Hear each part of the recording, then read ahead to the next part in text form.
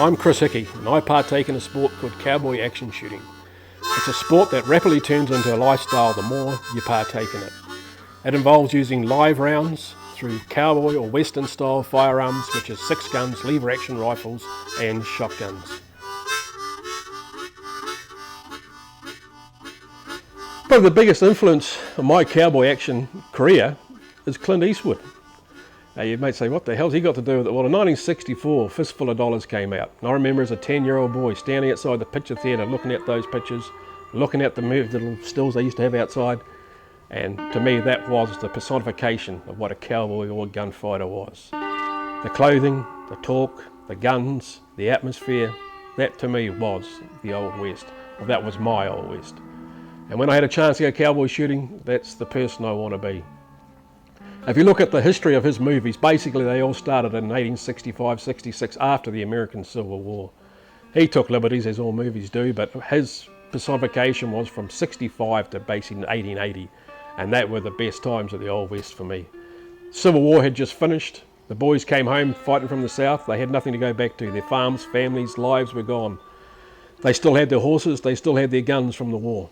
All they could do was ride on out, and everything was happening out west, so that's where they went.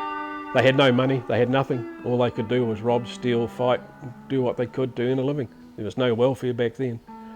And so that's where Eastwood came into it. Now, he was, to me, the first of the real modern day cowboy actors. He was rough, tough, hard to bluff, and dressed accordingly. It was a good time for me, you know. The guns he used were the guns I wanted, and today they're the guns that I'm using now. One of them, the old side-by-side hammer shotgun here.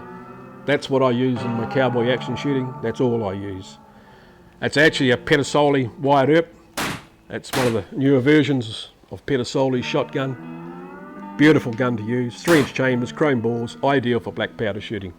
Probably 90% of the rounds that have gone through this have been black powder. The other one I use, my competition rifle, 1866 saddle ring carbine. I remember I went through a museum, Buffalo's Nations Museum, up in the back of Canada, and they had one of these. They had the Indian beads on, they had the history of the beads. They had the tarnished look, unpolished. Well, that's never been polished since I bought it. The insides are immaculate, it's been short stroked, the action's smooth as, but the outside has stayed. Every knock, bing, ding is as it was, as it's come off the range. So it really has got its own history to itself. It's been a beautiful gun to me, ultra reliable, wouldn't have anything else. And this is my choice of handgun. It is not competitive. It's got an 8-inch barrel against a 4 3/4. It's black powder, open top. And this is an 1860 an R&M transitional revolver. It's called transitional because it's still got the lug underneath and the arm from the 1860 cap ball gun, which it had to do to load it with, but it has got the conversion ring and the cylinder to shoot cartridge.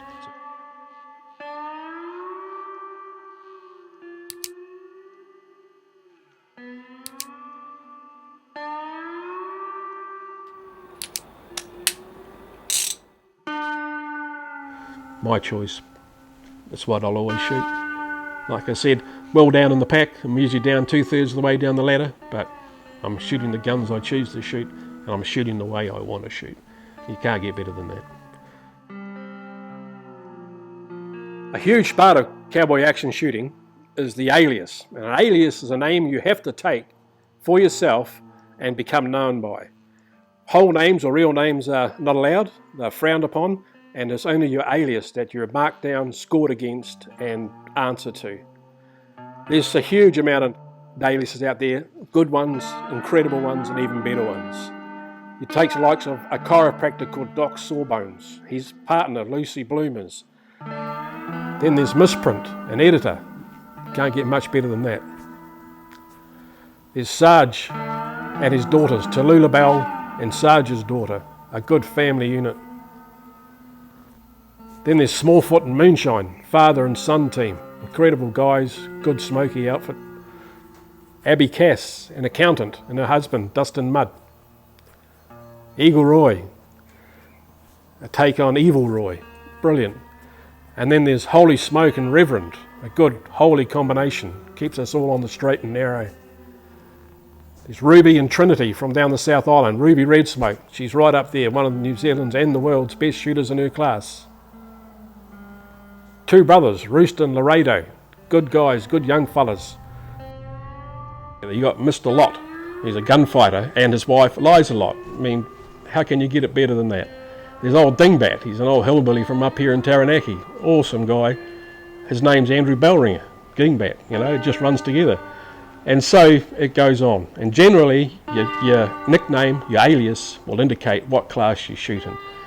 The fancier you want to be, Doc Hollidays, your Wyatt Earps, they're all out there. They dress up accordingly. You can dress up like an old railway driver, a barman. You can dress up like a 3-class pimp out of a whorehouse if you want to, which some do. It's their choice, and it looks great on the day.